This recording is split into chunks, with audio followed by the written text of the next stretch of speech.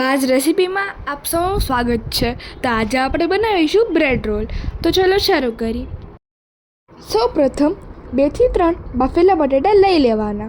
તેને મેશ કરી તેમાં 1 સ્પૂન જેટલો આદુ મરચાંની પેસ્ટ, સ્વાદ અનુસાર મીઠું, 1 સ્પૂન હલ્દી પાવડર, 1 ટીસ્પૂન દળેલી ખાંડ, અડધી ચમચી મરી પાવડર,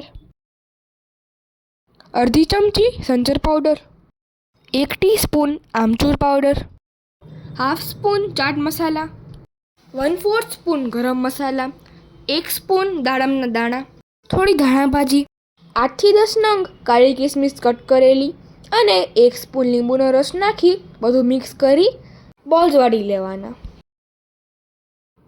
પછી એક બોલમાં પાણી લઈને તેમાં બ્રેડને ડીપ કરી બટેટાના બોલ્સ મૂકી બ્રેડને બધી સાઈડથી જોઈન કરી રોલ વાળી લેવાના. આવી રીતના બધા બોલ્સને વાળીને ફ્રીજમાં અડધી કલાક સુધી સેટ કરવા મૂકી દેવાના, જેથી ને ફ્રાય કરતી વખતે તેલ ઓછું સોક કરે. હવે એક કઢાઈમાં તેલ મૂકી મીડિયમ હીટ ઉપર બધા રોલ્સને બ્રાઉન થાય ત્યાં સુધી ફ્રાય કરી લેવાના. તો તૈયાર છે આપણા ક્રિસ્પી બ્રેડ રોલ.